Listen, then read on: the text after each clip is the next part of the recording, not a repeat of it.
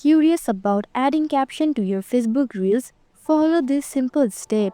First thing first, open the Facebook app on your mobile device and tap the plus icon at the top of the screen. Next, from the menu that appears, select Reels to start creating your video. Then choose whether to record a new video or upload an existing one from your device.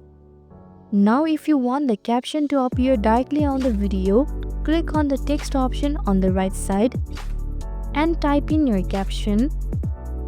After entering your text, hit the down button at the top right.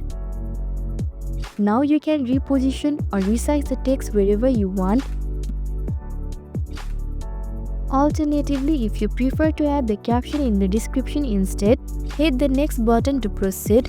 Once the description page opens, type the caption you want to include. Finally, hit the Share Now button to upload your reel with the caption attached. And that's it. For more tips and tricks, make sure to subscribe to our YouTube channel.